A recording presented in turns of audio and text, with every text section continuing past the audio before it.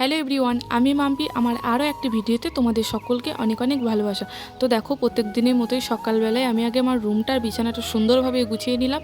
আর আজ ছিল জুম্মার দিন, তাই জুম্মার সময় সুজন চলে গেছিলো জুম্মার নামাজ পড়তে। আর বর্ষার সময় এই এক সমস্যা, জামা কাপড় মেলতে আর তুলতেই মনে হবে সারাটা দিন পার হয়ে যায়। তারপর সন্ধ্যাবেলায় বর্মশাই নিয়ে এসেছিলো ঘরের কিছু কেনাকাটা করে, মানে ঘরে টুকটাক জিনিসপত্র কিনে নিয়ে এসেছিলো।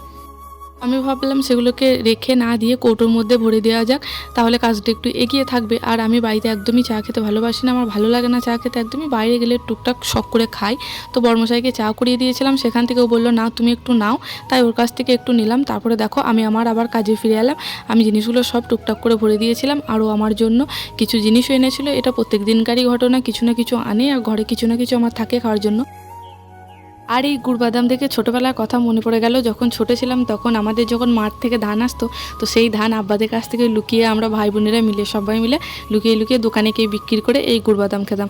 তো আজকে অনেক দিন পর গুড় বাদাম খেলাম।